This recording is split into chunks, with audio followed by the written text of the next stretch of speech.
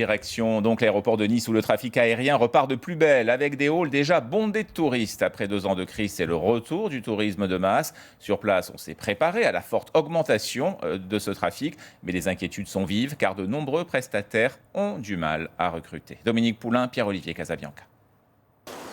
Il était fermé pendant toute la durée du Covid. Il a retrouvé depuis fin mars une partie des compagnies aériennes et leurs voyageurs. À quelques jours du coup d'envoi de la période estivale, l'aéroport Nice-Côte d'Azur est prêt à faire face à l'afflux de touristes. C'est le message de sa direction. Le choix a été fait de ne licencier aucune personne travaillant pour l'aéroport Nice-Côte d'Azur parce qu'on avait l'intuition que l'activité allait reprendre et peut-être un peu plus rapidement et plus fortement ici à Nice en raison de l'attractivité du territoire. En ne licenciant personne, on préservait l'expérience et l'expertise qui est nécessaire pour gérer un aéroport et faire face à toutes les situations.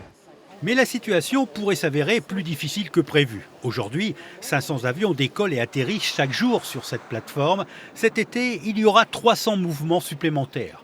Conséquence, la centaine de contrôleurs aériens, par exemple, va devoir s'adapter.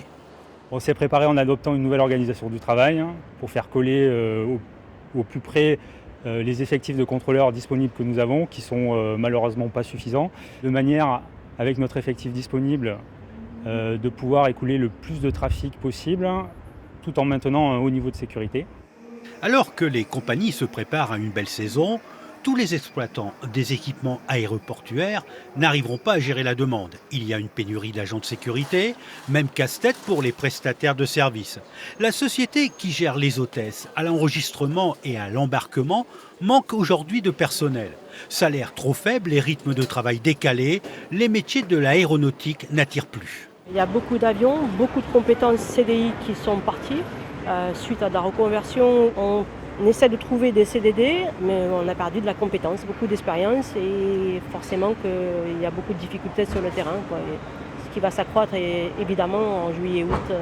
Les voyageurs, eux, devront sans doute prendre leur mal en patience.